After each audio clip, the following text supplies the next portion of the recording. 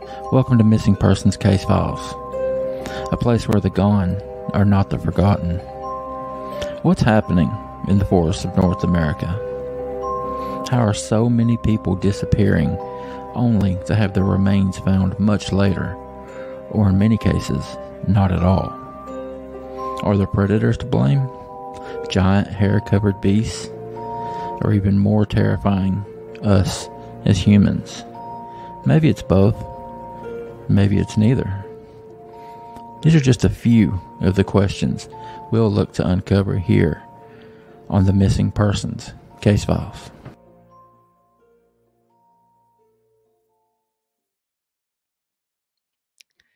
It was September of 2011 in the Mount Shasta area, a place called Fowler's Campground near McCloud River in Northern California, where one of the craziest stories you will ever hear took place. We're going to go with the name John Doe for a couple of reasons here. The parents decided to do this for a couple of reasons. The boy's age, for one, and to protect the family's anonymity. You can't blame them for either one of those. I mean, he was 3.5 years old. They were camping, and as happens more times than should, we've all heard it 1,000 times. The boy was here one minute and gone the next. That was pretty much the quote from the father. He was here, and then he wasn't. Within an hour of the little fella going missing, there were over 100 people from all these different agencies that were out looking for him. They really got on it quick, to their credit. It was about 5 hours into the search when a sheriff's deputy with a canine was out looking, and he actually stumbled across the boy. He was out looking, and he heard, coming from underneath this bush, he heard some cries and a little voice saying, "Help." So, to his shock, his amazement, he looks under there and he sees the little guy. And as you can imagine, he's just ecstatic, so happy, as any of us would be, because a lot of the times these things do not turn out that well. But it had in this case. So scooped him up and ran back to the campground to reunite little John Doe with his parents. He was never questioned by authorities. I mean, why would he be? 3.5 years old. This was a happy ending. Everything worked out. Everyone came in, did their jobs, and saved this little guy's life. What point would it have made to talk to this guy? So he wasn't questioned at that time. It was about 3 weeks later, and little John was visiting his grandma. He had a grandma, Kathy, but he called her Cappy. So he's over there visiting, and he tells Cappy that he doesn't like the other grandma, Cappy.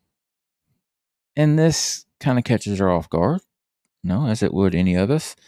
So, I'm the only grandma Cappy you have. Who are you talking about?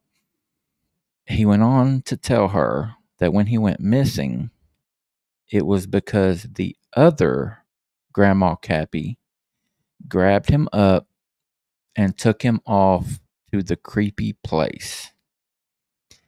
And that the other grandma Cappy was really a robot. He went on to say that he was taken to this cave where there were guns, purses, and other bags This was a creepy cave, he said. All this stuff was covered in dirt and cobwebs and spiders and just not a fun place. He said what made him think that the other Grandma Cappy was a robot was how the lights would sparkle off of her face. This is what made him think that something was off. He also said that there were other robots in the cave, but these weren't moving or talking. It's like they were frozen in place, and they all had distorted, messed up faces. What is going on in this cave? John said the other Cappy seemed nice at first until she examined his stomach.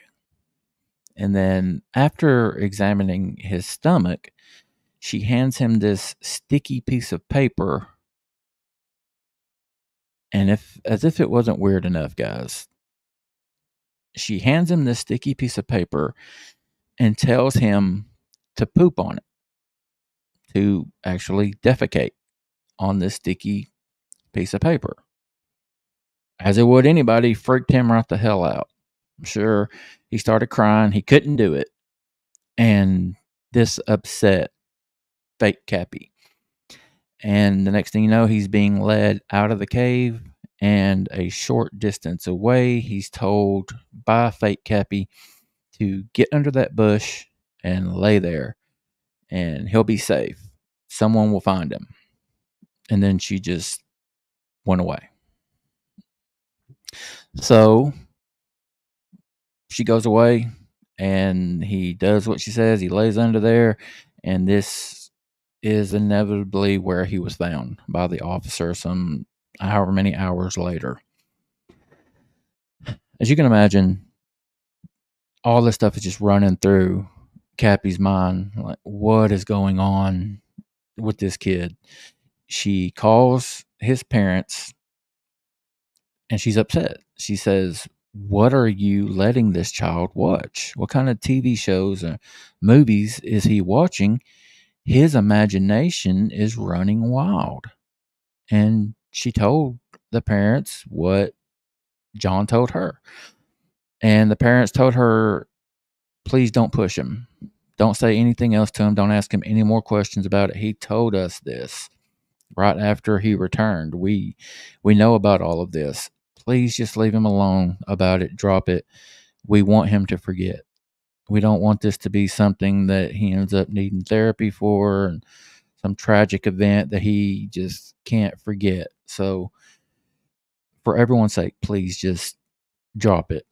We know all about it. We want him to forget. What really troubled Cappy the most, though, was something that happened to her just a few weeks before the disappearance. She and a friend had been camping in the exact same area, and she had something weird happen to her. She claims that she woke up one morning face down in the dirt with this puncture mark in the back of her neck. Now, I read somewhere else, a different article that said that she was physically dragged out of her tent. Now, I don't know if she remembered being dragged out of the tent, or she just assumed that she was dragged out of the tent because she went to sleep in the tent. But either way, she woke up face down in the dirt with this hole in her neck. She could not help but think that these two things were related. I mean, you would have to think it. I mean, what are the chances that it's not? I mean, you're camping, you have this crazy thing happen to you that I'm sure you just want to forget. Nothing come of it. You're fine. And then in the same area, your grandson goes missing. Luckily, he's found. Thank God he's returned unharmed. And then you hear this crazy ass story. Why would you not think that they were somehow connected? I mean, I certainly do. I A lot of you, and some of you that have heard this before, probably heard it on the Coast to Coast AM. It was featured over there. Other people have talked about it. It seemed vaguely familiar to me. I didn't really remember all the details. Like I said, it happened in 2011, so 13 years ago. What the hell, dude? My God, what do you make of this story?